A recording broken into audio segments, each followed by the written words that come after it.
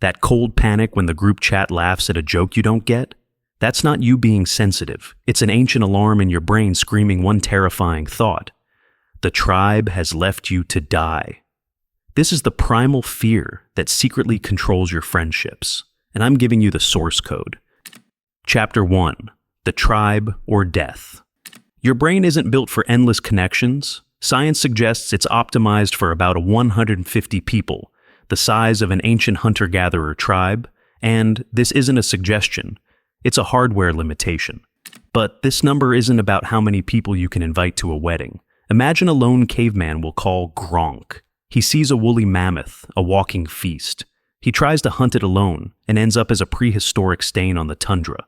Now, picture a tribe of 50. They coordinate, they plan, they succeed. For your ancient brain, the math is brutally simple. Tribe equals a warm fire and a full belly. Therefore, every friendship you make is on a biological level, your brain's attempt to build a stronger mammoth hunting team and avoid becoming a fossil. Chapter 2. The Ghost in Your Brain.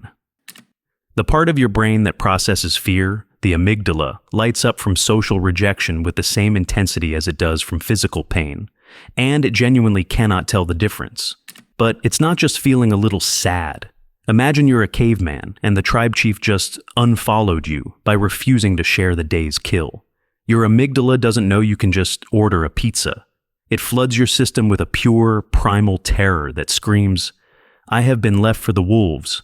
That's the ancient ghost that haunts you when someone leaves you on red. Therefore, that gut-wrenching feeling of being ghosted isn't an overreaction.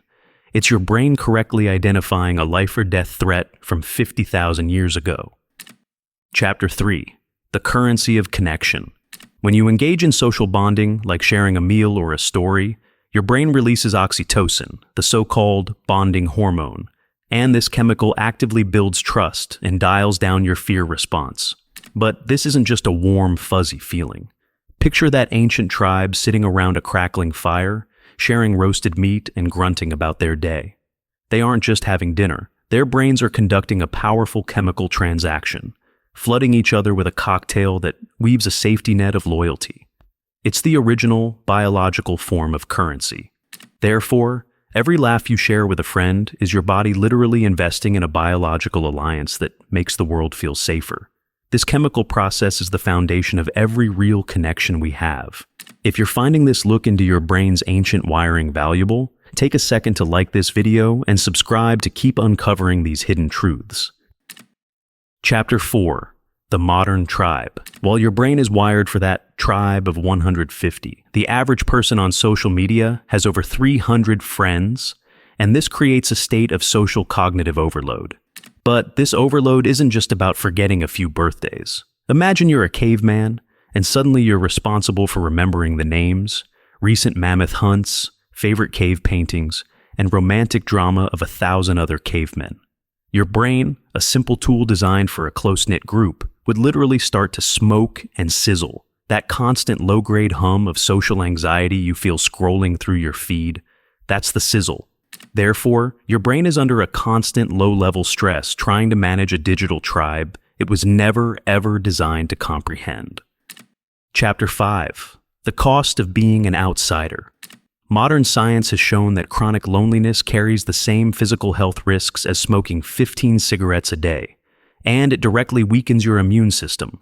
But this is more than just feeling lonely. That lone caveman, ostracized from the tribe, isn't just sad. His body is physically colder, his stress hormones are sky high, and every rustle in the grass sounds like a predator. His entire system is locked in a state of emergency, burning fuel at an unsustainable rate because he has no one watching his back. Therefore, loneliness isn't a state of mind. It's a biological crisis your body is desperately trying to solve. So, that anxiety you feel, that need to belong, isn't a weakness. It's the echo of a 200,000-year-old survival program that sees friendship not as a luxury, but as the only thing standing between you and the cold, dark night. Understanding this ancient fear doesn't cheapen your friendships. It elevates them. It turns them from a casual social habit into a conscious, powerful choice to build a tribe that quiets that ancient ghost in your brain. If you enjoyed seeing the modern world through this ancient lens, Subscribe for more ways to decode the bizarre, beautiful chaos of the human mind.